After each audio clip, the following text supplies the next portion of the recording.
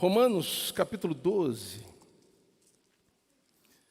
a partir do versículo 9. É um texto assim que você tem que carregar com você, dentro do seu coração, porque é um texto onde, em 10 versículos, o Senhor nos diz muita coisa, mas muita coisa mesmo.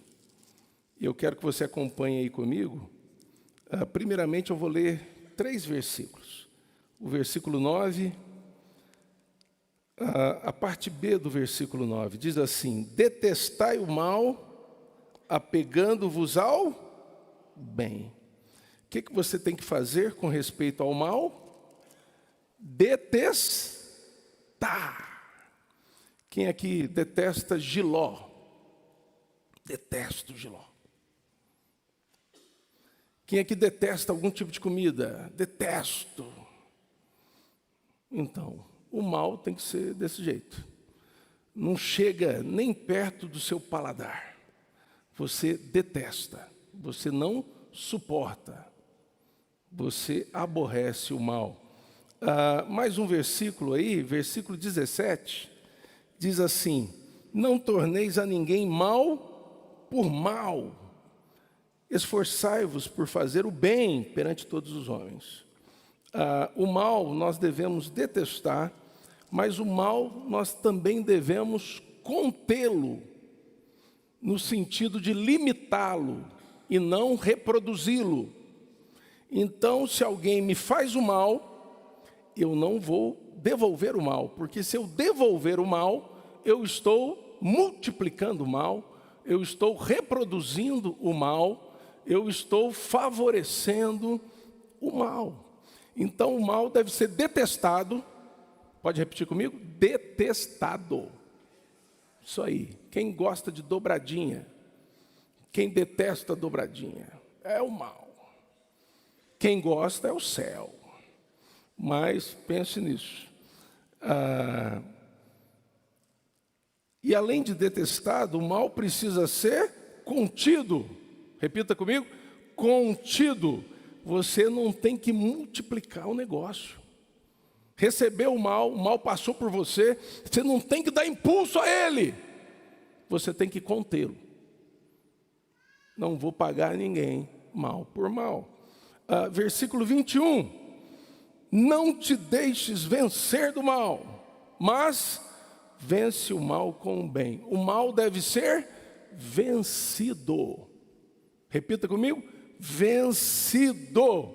Então, só aqui a gente aprendeu 3 coisas preciosas. O mal deve ser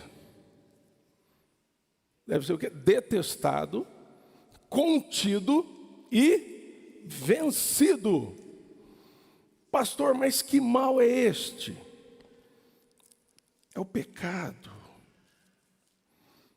que opera, insiste em operar na nossa vida por um impulso do inferno.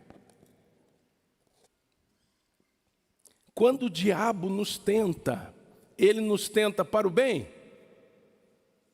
Ele nos tenta para o mal. Quando o Senhor nos prova, ele nos prova para o mal? Ele nos prova para o bem. Então o mal é o pecado, meu irmão. Para o céu. Meu relógio perguntou: itinerário para onde? Eu falei: para o céu.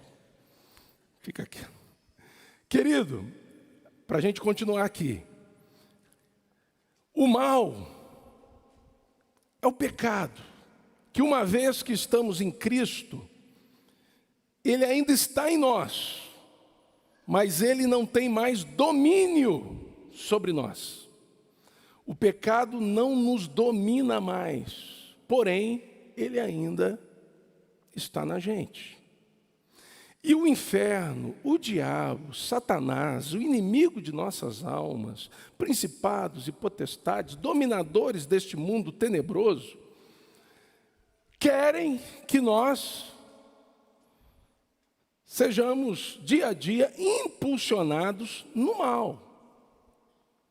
Ou seja, que a gente não deteste o mal, mas se apegue a ele. Que a gente não contenha o mal, mas que a gente o propague. Que a gente não vença o mal, mas que a gente seja vencido por ele. Mas o desejo de Deus, do nosso Senhor, e não só desejo, mas também capacitação do céu para a nossa vida, é para que detestemos o mal, nos apegando ao bem, contenhamos o mal, se alguém nos faz o mal, ou se o mal passa por nós, nós fazemos aquilo que Deus fez na vida de José. José declara que Deus transformou o mal em bem. A gente pega o mal se ele está passando perto da gente, ou se ele vem contra nós, e a gente não paga o mal com o mal, a gente paga o mal com o bem. Irmãos, nós trabalhamos para que o bem prevaleça em todo o tempo. Nós somos do reino de Deus, nós não somos das trevas, nós somos da luz. E nós vencemos o mal com o bem. Hoje tem mudado um pouco isso, mas eu gostava muito dos filmes que a gente assistia, a gente sabia que o bem vencia no final. Você poderia não saber o final do filme, mas você sabia que o bem venceria no final. Isso ainda é muito forte no cinema, louvado seja o Senhor, porque de alguma forma o bem prevalece, não é verdade? O vilão perde. E isso é princípio judaico-cristão, que nós herdamos, irmãos, e que está na cultura, mas que, como disse, infelizmente, já tem sofrido mudanças, onde o vilão, ele não perde mais, ele ganha. Onde até mesmo nós, se não tomarmos cuidado diante de um filme, diante de uma novela, diante de uma série, nós começamos a torcer pelo vilão. Olha que coisa terrível. A sutileza do inferno. Mas este mal, ele tenta vender para nós, cristãos, um cristianismo meia boca, um cristianismo medíocre, um cristianismo que podemos até adjetivar como falso, um cristianismo que não tem nada a ver com Cristo, um cristianismo como mostra um título de um livro que eu tenho em casa, um cristianismo diabólico. Isso é perigoso, irmãos. E o texto aqui, ele mostra para nós o que seria esse cristianismo que o mal que está em nós deseja nos vender. Um cristianismo onde a gente vive sem se preocupar em se apegar ao bem e detestar o mal. Um cristianismo onde a gente vive sem se preocupar em pagar o mal com o bem. Se alguém nos dá o mal, a gente dá o mal para ele também.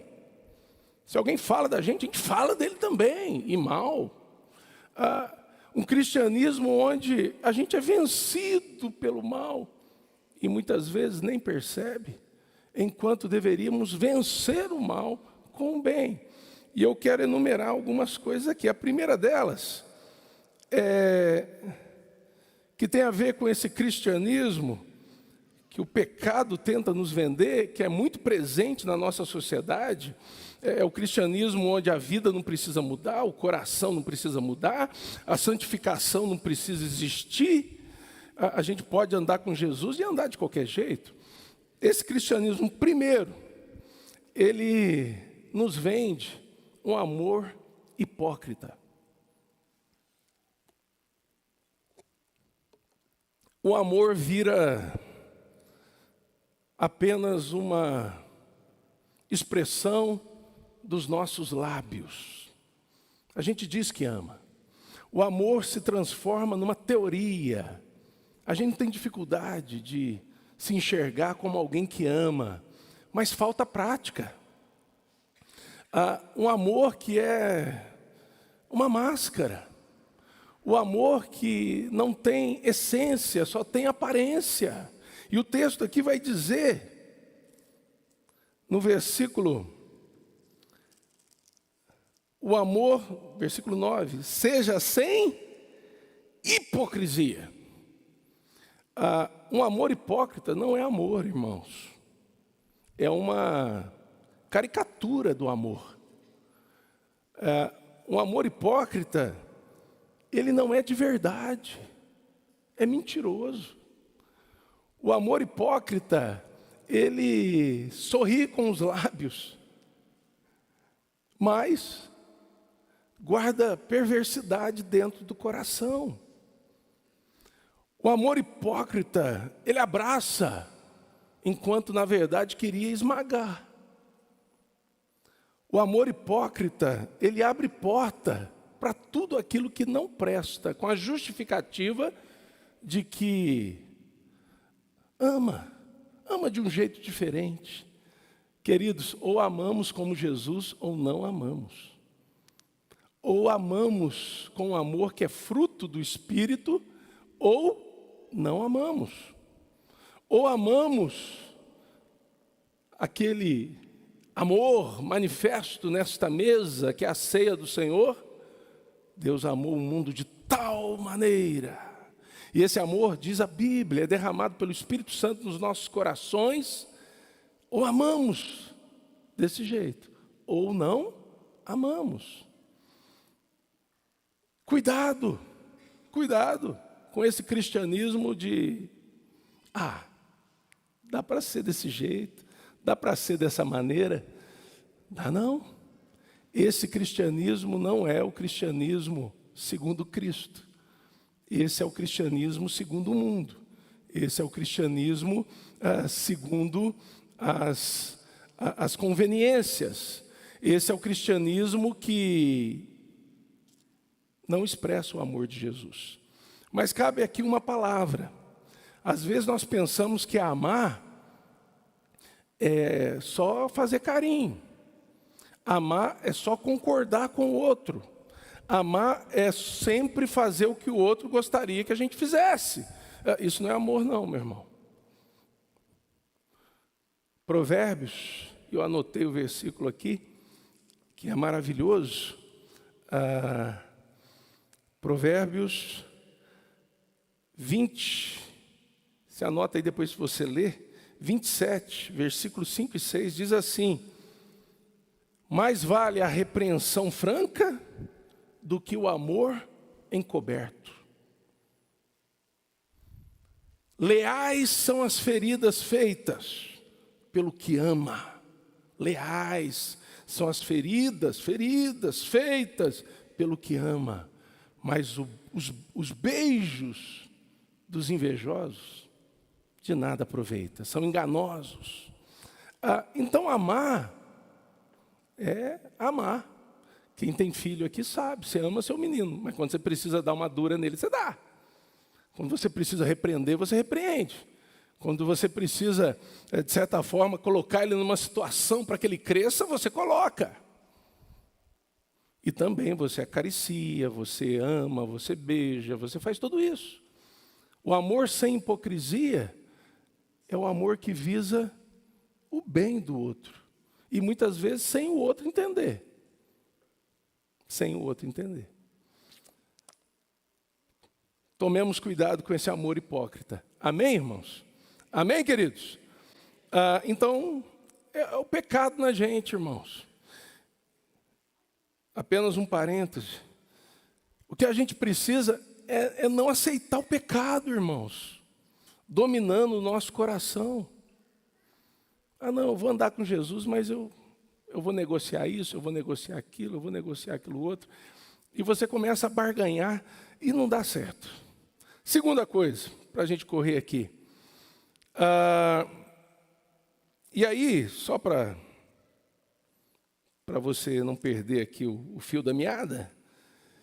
Versículo 10, amai-vos cordialmente uns aos outros com amor fraternal, preferindo-vos em honra uns aos outros. Esse é o amor segundo Deus.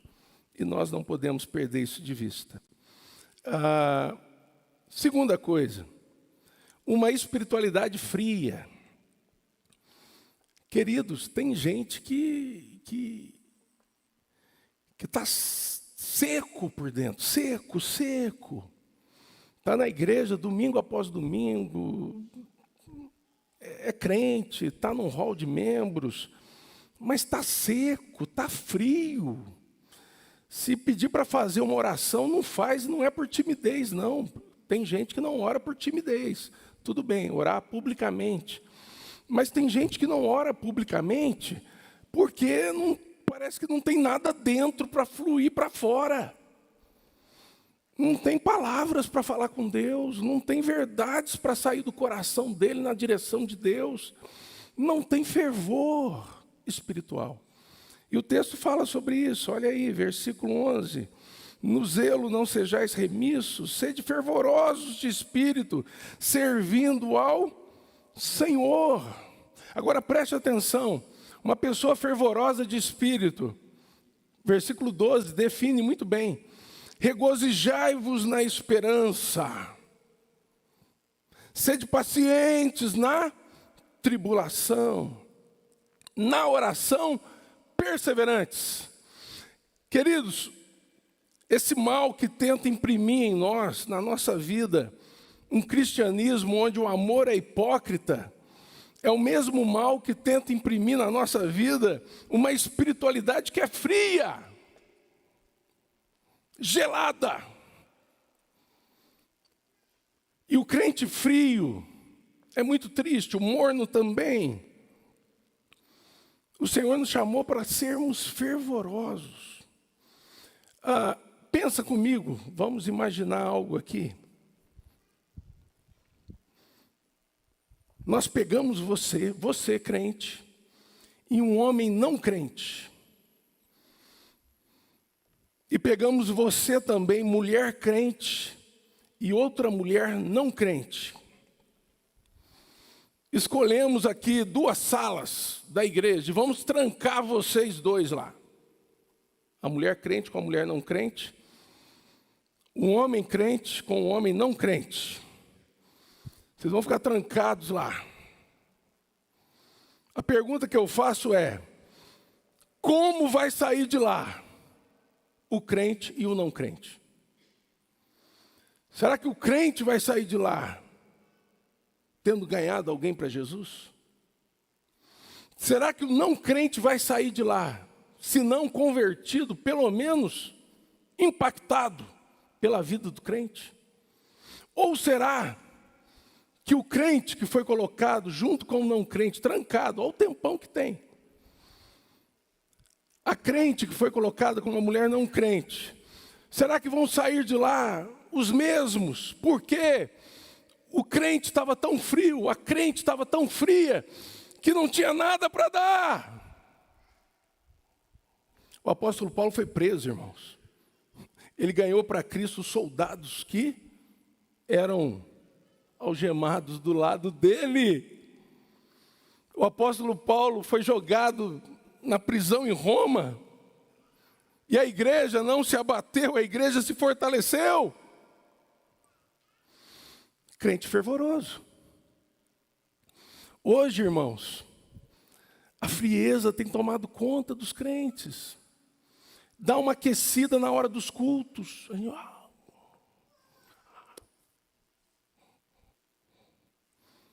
Mas chega segunda-feira, é como se nevasse na alma.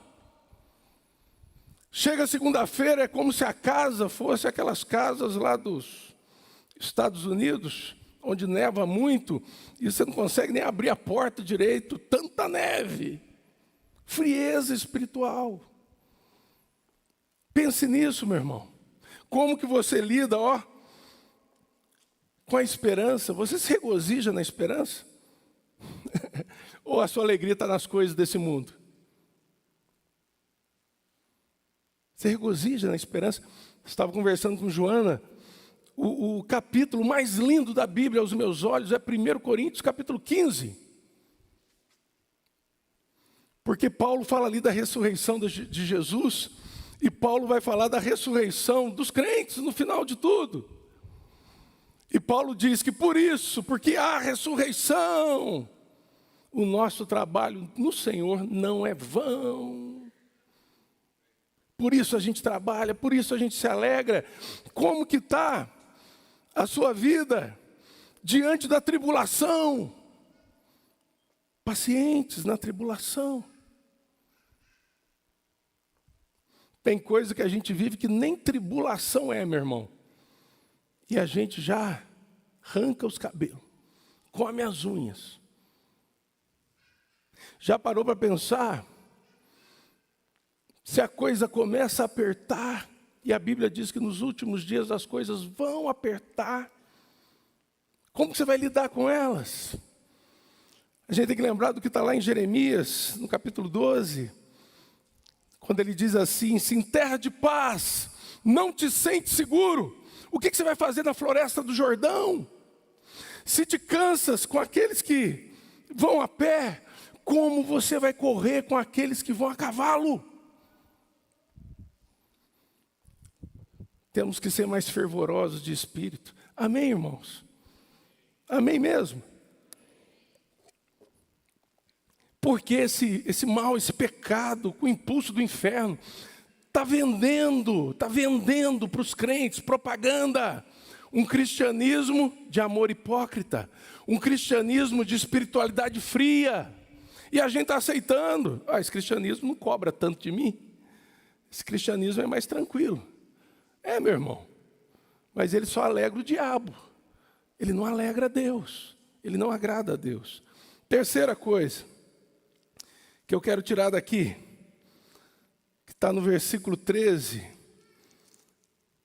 Compartilhar as necessidades dos santos, praticar a hospitalidade. O que é isso, irmãos? Comunhão. Abençoai os que vos perseguem, abençoai e não amaldiçoeis. Alegrai-vos com os que se alegram e chorai com os que choram. Queridos, terceira coisa que esse cristianismo está nos vendendo e a gente está comprando: uma comunhão superficial. Você é meu irmão, mas eu não me alegro quando você se alegra. Você é meu irmão, mas eu não choro quando você chora. Você é meu irmão, mas vem compartilhar a necessidade comigo, não. Só compartilha a bênção. Necessidade, não. A gente vê que alguém vai compartilhar uma necessidade, você já vai pedir alguma coisa. É o que a Bíblia está dizendo: compartilhai as vossas necessidades. Praticar a hospitalidade. Você é meu irmão, mas na minha casa você não pisa, não. Mas eu estou sem ter lugar onde ficar. Se vira? Na minha casa.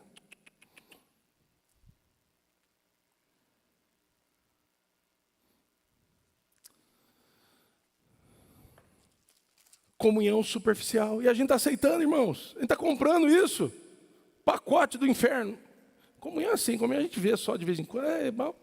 Joia? Tá joinha? Bonzinho? Não, Deus resolve. A pessoa começa a dizer que está complicado, você já... Vamos orar? Em outras palavras, vamos jogar para Deus esse negócio aí? Porque eu não tenho tempo. Irmãos, eu estou pregando para vocês, eu estou pregando para mim. Estou fora não, estou dentro desse pacote do inferno que a gente está recebendo e está... que cristianismo, esse aqui é mais legal. Esse aqui, a gente fica assim... Perigoso, irmãos, perigoso. E a igreja, tudo que é canto está comprando isso aqui. Comunhão superficial. A comunhão que o Senhor deseja que a igreja tenha, queridos, é a comunhão que existe entre o Pai, o Filho e o Espírito Santo. Sejam um, como eu sou um. Quem pode nos levar a viver isso? O Espírito Santo. À luz da palavra. Mas o mundo, irmãos, é totalmente contrário a isso, porque o mundo sabe que esse testemunho, ele vai ser um testemunho poderoso. Porque Jesus disse: nisto conhecerão todos que vocês são meus discípulos, se tiverdes amor uns pelos outros. Cuidado com essa comunhão superficial. Quarta coisa, está aí no versículo 16, tendo o mesmo sentimento uns para com os outros, em lugar de serdes orgulhosos, condescendei com o que é humilde, não sejais sábios aos seus próprios olhos. Uma identidade narcisista. Isso é do diabo, irmãos. O diabo é narcisista. O diabo, ele a si mesmo se louva. O diabo, ele se acha o máximo, ao ponto dele brigar com Deus. Porque na cabeça do diabo, ele deveria ser Deus, e não Deus, que é Deus. E lá está no seu trono poderoso. Irmãos, identidade narcisista, orgulho. Se achar superior ao outro, se achar maior que o outro, se achar melhor que o outro. Narcisismo. Querer ser sempre aplaudido e louvado pelas pessoas é coisa que a gente não fala, irmãos, mas que, entra no nosso coração e nos faz viver esse cristianismo diabólico, onde a gente não ama mais o outro, a gente usa o outro. Para quê? Para que nós nos elevemos, para que nós aparecemos, para que nós sejamos percebidos. Narcisismo. E isso, na igreja, fulano não me elogiou pelo que eu fiz. Meu irmão, você fez para quem? Eu não estou dizendo que elogio seja coisa errada, não. É muito bom a gente receber elogio, é muito bom a gente elogiar, é até bíblico. Mas você não pode morrer porque faltou um elogio. Se você sofre por falta de elogio, você é um narcisista. Você é uma narcisista.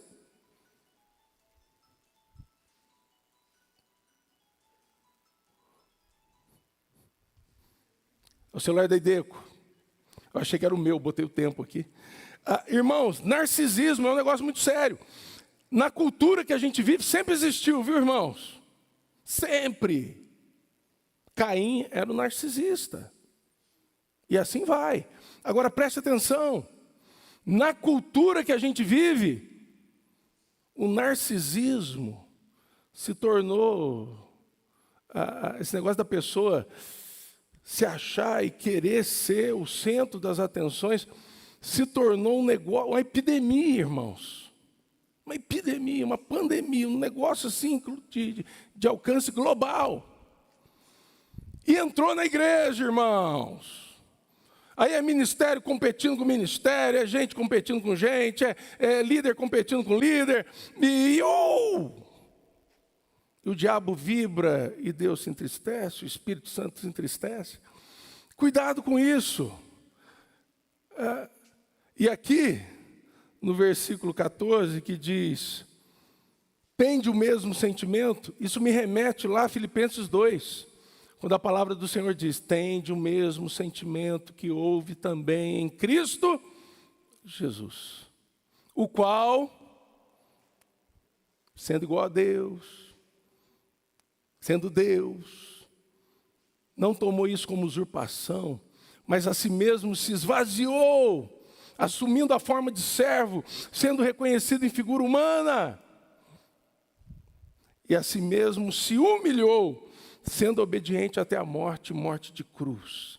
Pelo que Deus lhe deu um nome, que está acima de todo nome, diante do qual todo joelho se dobrará e toda língua confessará que Ele é Senhor, para a glória de Deus Pai. É esse sentimento, irmãos, que tem que estar dentro da gente.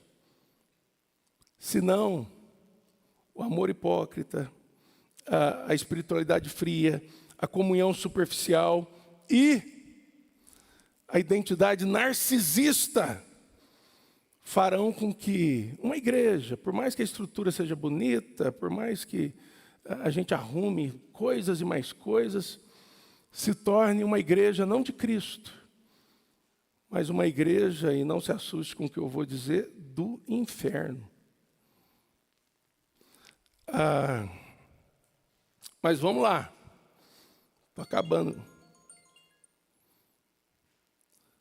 Tentação de começar tudo de novo. Parei aqui, viu, irmãos? Para a gente ir para a ceia, eu vou passar rapidamente pelos próximos tópicos. Está tocando ainda? Ele está tocando, irmãos. Para. É o meu que está tocando? É o meu. Vocês culpando os outros, gente, é o meu. Mas vamos lá, agora eu vou passar rapidinho, porque o texto se autoexplica. Mas versículo 17 e 18 diz assim: não torneis a ninguém mal por mal, esforçai-vos por fazer o bem perante todos os homens. Se possível, quanto depender de vós, tende paz com todos os homens. O inferno quer que a gente tenha relacionamentos conflituosos, maledicência, fofoca, sabotar, atrapalhar o outro, dificultar, sabe? Isso é do inferno, do inferno. Relacionamentos conflituosos. Aqui diz como devem ser os nossos relacionamentos. Paz, fazer o bem, se possível, no que depender de vós. Porque tem gente que briga com a gente, irmãos. Mas no que depender de vós, tende paz com todos os homens. Versículo 19 vai dizer: não vos vingueis a vós mesmos, amados, mas dai lugar à ira, porque está escrito: a mim me pertence a vingança, eu é que retribuirei, diz o Senhor. Tem coisa que tem que botar na mão de Deus, meu irmão, e perdoar. Joga para Deus e perdoa, meu irmão. Deixa com Deus. Deus é mais sábio do que você, do que eu, do que nós, no trato com qualquer pessoa.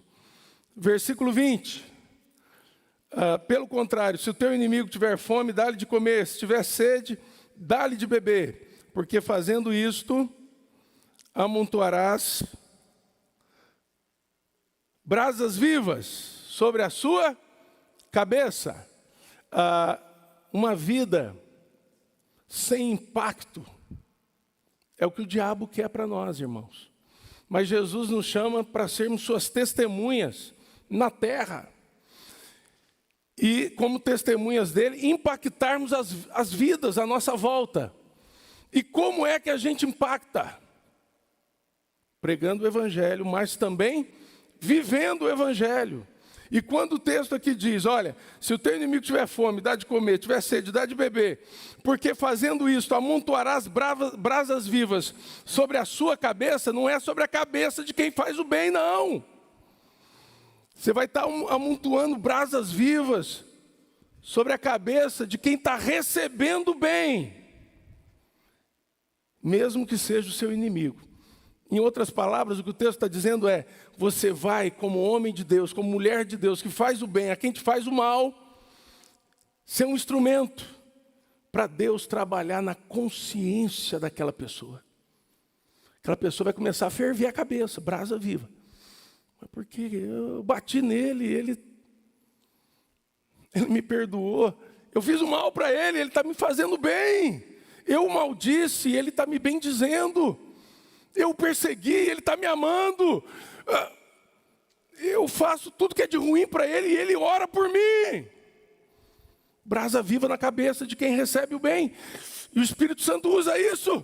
E aquela pessoa se converte. O apóstolo Paulo é um exemplo disso, gente. A consciência de Paulo já era aquecida por Deus no momento da morte do primeiro mártir, Estevão.